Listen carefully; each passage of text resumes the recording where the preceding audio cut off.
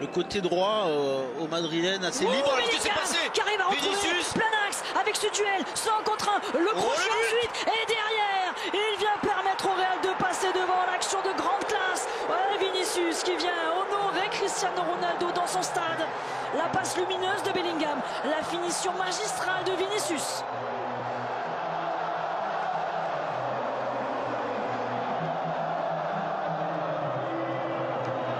Et grosse erreur aussi de la défense barcelonaise. Ouais, c'est ça le plus important parce que c'est passé quand même quelque chose d'assez étonnant du côté du Barça. Et c'est le mauvais positionnement de Jules Koundé, malheureusement. Le pas de trop. Le pas de trop. Et le mauvais positionnement global de Jules Koundé. Que l'on voit parfois en difficulté sur le plan défensif. Continue à jouer au Barça, mais il ne donne pas entière satisfaction. Et là, son mauvais positionnement est sanctionné. Ancelotti ne tarit pas d'éloges sur le milieu de terrain du Real. C'est encore passé, et encore derrière un long ballon. Oh là là, il recule le gardien. À revers cette défense du Barça. L'offrande, deuxième poteau pour le doublé. Rodrigo pour Vinicius.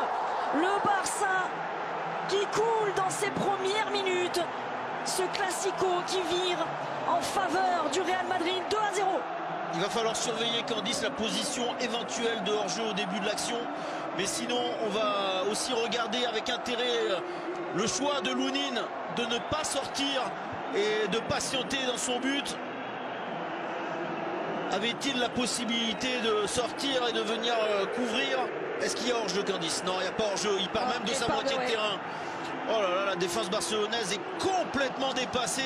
Et derrière, Koundé est battu. Et Araujo arrive trop tard sur ce centre de Rodrigo pour Vinicius Junior. Le doublé pour le Brésilien. Et même la vitesse d'Araujo n'a pas permis de mettre fin à cette action. Ouais, mais ça se joue au départ, Candice. C'est encore un mauvais positionnement. La défense très haute du Barça qui est battue sur un nouveau long ballon. 5e but pour Vinicius en 10 classicos. Il revient fort Vinicius parce que il était blessé à une cuisse depuis la fin novembre. Il a effectué son retour il y a seulement 10 jours en Liga.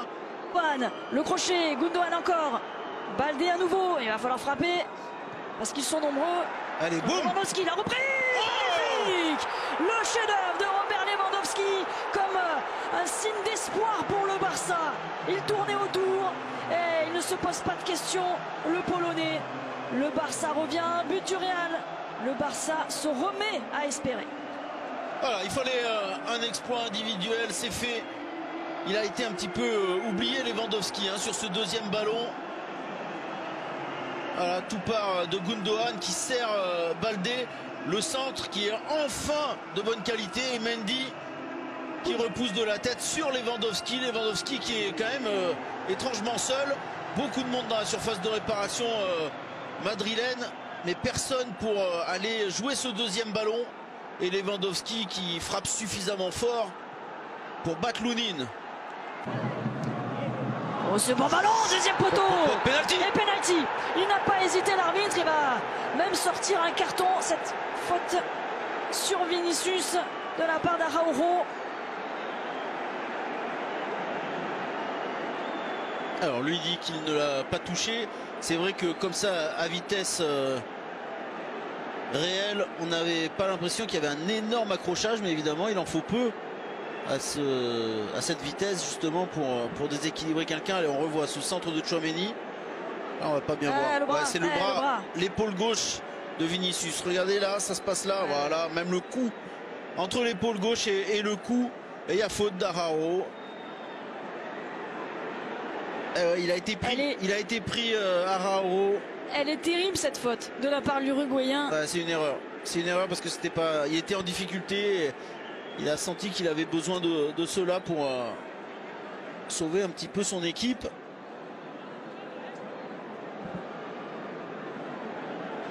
Vinicius en route pour un triplé. Sous les yeux, certain Clément Seedorf.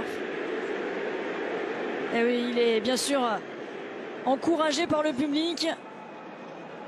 Il est réclamé.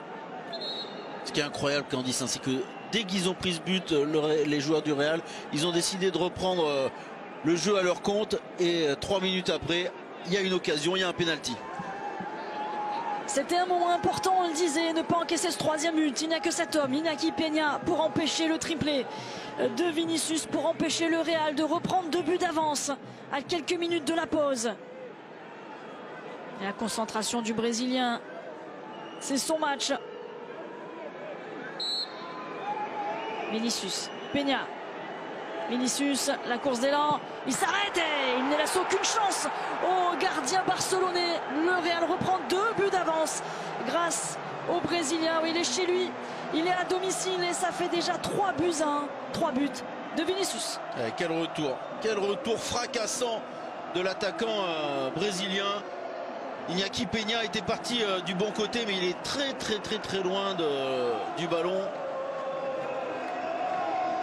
On voit la course d'élan, il va s'arrêter en plein milieu, c'est limite et c'est but.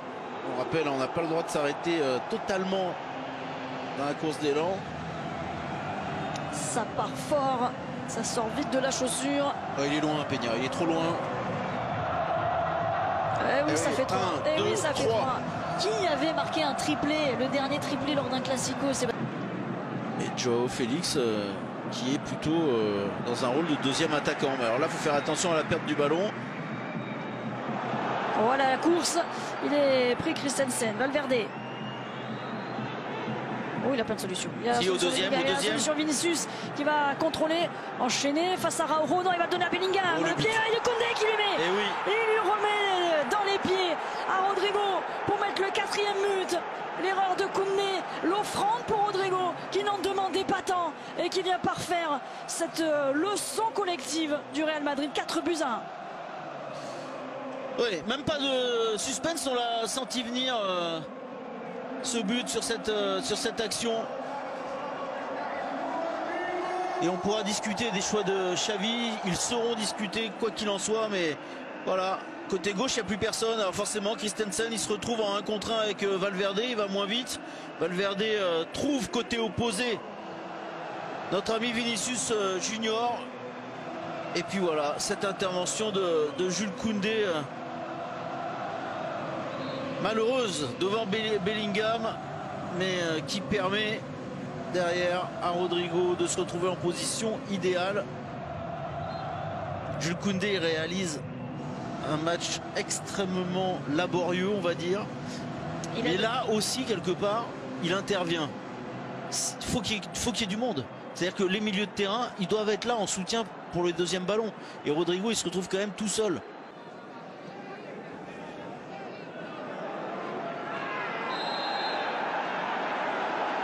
Attention, ça s'énerve. Et voilà. Et attention, voilà, ça va faire rouge pour Ronald Araujo.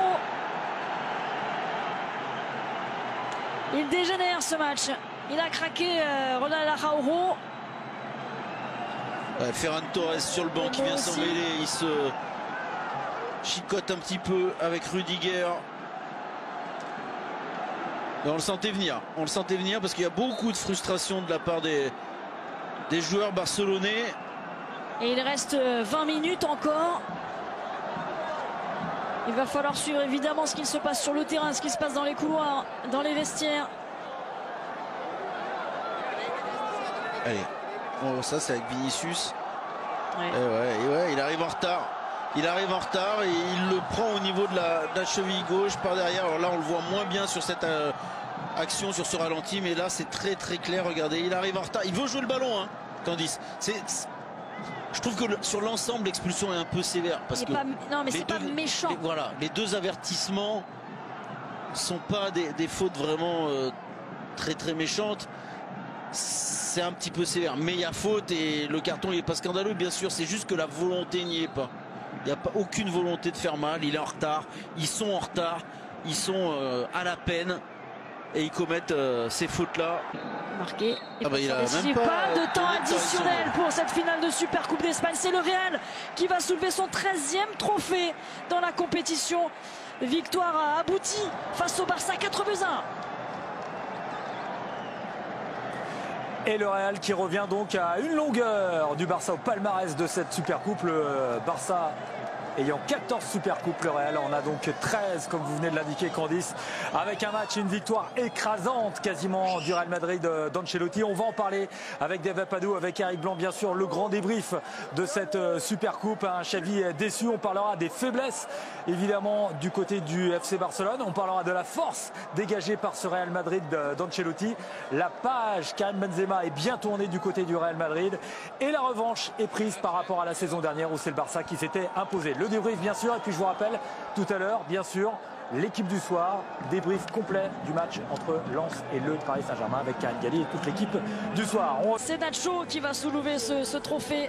C'est la première fois qu'en tant que capitaine, il va soulever un trophée pour le Real Madrid. Et il en a gagné, lui. Il en a gagné aussi des Supercoupes, mais pas que. Lui qui est au club depuis 2012. Nacho avec ses coéquipiers au centre de l'image pour soulever la 13e Supercoupe d'Espagne du Real Madrid.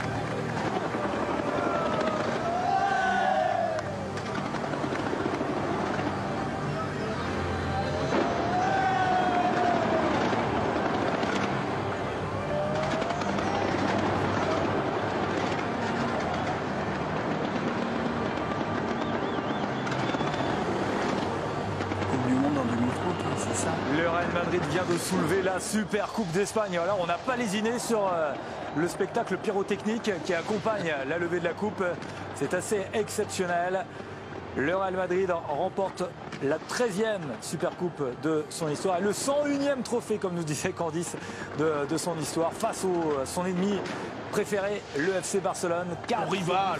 Rival. Voilà. Vous n'avez pas pu vous empêcher. Eh, quand même, il y a un vrai antagonisme entre les deux. Parfois et demi, c'est vrai. 4-1 pour le Real Madrid, victoire éclatante. On va débriefer.